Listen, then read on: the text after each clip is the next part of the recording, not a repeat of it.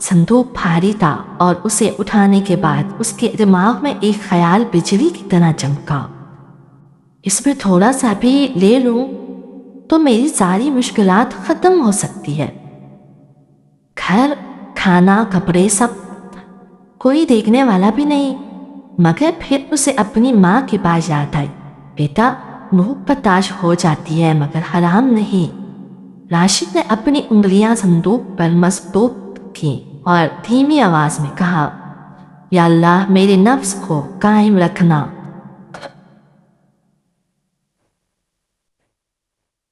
راستہ لمبا تھا، دھوپ تیز ہوتی جا رہی تھی، ہر قدم کے ساتھ امتحان بھی بھاری ہوتا جا رہا تھا، اور یہیں سے وہ واقع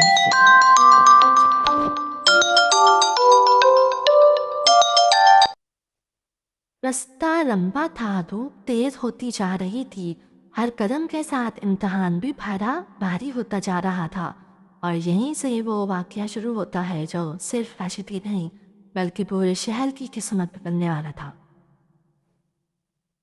راشد صندوق اٹھائے شہر سے باہر جا رہا تھا، راستہ سنسان ہوتا جا رہا تھا اور اس کے قدم بھاری، دھوپ اب سیدھی سر پر تھی، پسینہ آنکھوں میں آ رہا تھا، مگر اس سے زیادہ بوجھ اس کے دل پر تھا۔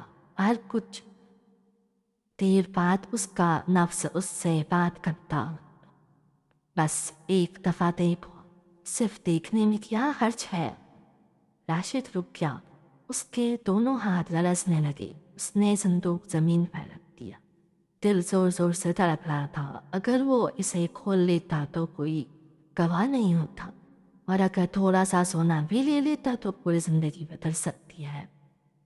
اس نے آنکھیں بند کی، اسے اپنی جھونپڑی یاد آئی، وہ راتیں یاد آئیں جب بھوک سے نیند نہیں آتی تھی، وہ لمحے یاد آئے جب لوگ اس پر ہنستے تھے۔ نفس پھر بولا، اللہ غفور الرحیم ہے، سمجھ لے گا۔ راشد کا چہرہ پیلا پڑ گیا، پھر اچانک اسے یاد آیا کہ اللہ صرف معاف کرنے والا نہیں، دیکھنے والا بھی ہے۔ اس نے گہری سانس لی اور زمین پر بیٹھ گیا، صندوق کے ساتھ ہی سجدے میں گر گیا۔ یا اللہ، اس کی آواز کانپ رہی تھی، اگر آج میں گر گیا تو کل تجھے کس منہ سے یاد کروں گا۔ صبحنے لگے، بادشاہ نے اس کے کندھے پر ہاتھ رکھا، تم نے صرف سونا نہیں بچایا، تم نے ایمانداری کو زندہ رکھا۔ شہزادی کی آنکھوں میں بھی عام نمی تھی، مگر کہانی ابھی مکمل نہیں ہوئی تھی، اصل فیصلہ باقی تھا۔ بادشاہ جعفر نے صندوق بند کروایا اور گہری نظر سے راشد کو کہا، دیکھا راشد، بادشاہ نے کہا، تم نے آج صرف اپنی ایمانداری نہیں دکھائی، تم نے پورے شہر کو یاد دلا دیا کہ سچ ابھی زندہ ہے۔ بادشاہ نے اعلان کیا، آج سے راشد شہر کے امانت کونسل کا سردار ہوگا۔ لوگ حیران رہ گئے، ایک غریب مزدور اور اتنی بڑی ذمہ داری۔ کچھ لوگوں کے چہروں پر حسد تھا، کچھ کے چہرے پر شرم۔ راشد کے سر جھک گیا۔ بادشاہ سلامت، اس نے لرزتی آواز میں کہا، میں اس لائق نہیں۔ بادشاہ نے بات کاٹ دی، جو خود کو لائق نہ سمجھے، اصل لائق وہی ہوتا ہے۔ پھر بادشاہ نے خزانے کی طرف اشارہ کیا، راشد کو اتنا انعام دو کہ وہ کسی کے آگے ہاتھ نہ پھیلا سکے۔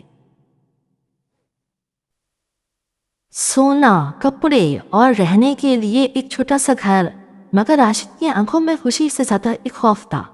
وہ آگے بڑھا اور بولا، بادشاہ سلامت، میں انعام قبول کرتا ہوں مگر ایک شرط پر۔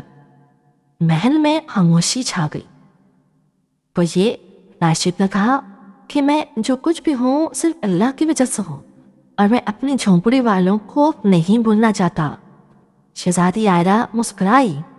بادشاہ نے فوراً حکم دیا، راشد کے گھر کے قریب ایک بستی آباد کی جائے، کام، روزی اور عزت کے ساتھ۔ اس دن شہر نے دیکھا کہ دولت سے لینے والوں کو نہیں، دینے والوں کو بھی ملتی ہے۔ راشد جب محل سے نکلا تو لوگوں نے راستہ دیا، وہی لوگ جو کبھی اس پر ہنستے تھے۔ رات کو راشد اپنے نئے گھر میں تھا۔ سہولت تھی، روشنی تھی، مگر اس نے پہلے رات بھی زمین پر سجدہ کیا۔ یا اللہ، آج مجھے اچھا کر دی بھی، مجھے جھکے رہنے کی توفیق دینا۔ اور یہیں سے اس کی زندگی کا نیا سفر شروع ہوا۔ لیکن اللہ کے فیصلے یہیں پر ختم نہیں ہوتے۔ وقت گزرنے لگا۔ راشد کا نام اب صرف ایک غریب مزدور کا نہیں تھا، بلکہ ایمانداری کی مثال بن چکا تھا۔ شہر کے لوگ جب بھی امانت کی بات کرتے راشد کا نام لیتے، مگر اللہ ایمانداری کو صرف لوگوں کے ذریعے نہیں، وقت کے ذریعے بھی آزماتا ہے۔ 1 سال بعد شہر پر مشکل وقت آ گیا، خاص طور پر خزانے میں کمی ہو گئی۔ کچھ کونسل کے افراد نے مشورہ دیا، اگر ہم امانت کے قوانین تھوڑے ڈھیلے کر دیں تو مسئلہ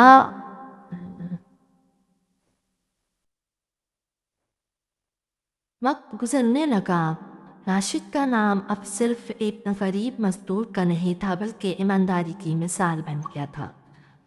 شہر کے لوگ جب بھی امانت کی بات کرتے راشد کا نام لیتے، مگر اللہ ایمانداری کو صرف لوگوں کے ذریعے نہیں، وقت کے ذریعے بھی آزماتا ہے۔ 1 سال بعد شہر پر مشکل وقت آ گیا، خاص طور پر خزانے میں کمی ہو گئی۔ کچھ کونسل کے افراد نے مشورہ دیا، اگر ہم امانت کے قوانین تھوڑے ڈھیلے کر دیں تو مسئلہ حل ہو سکتا ہے۔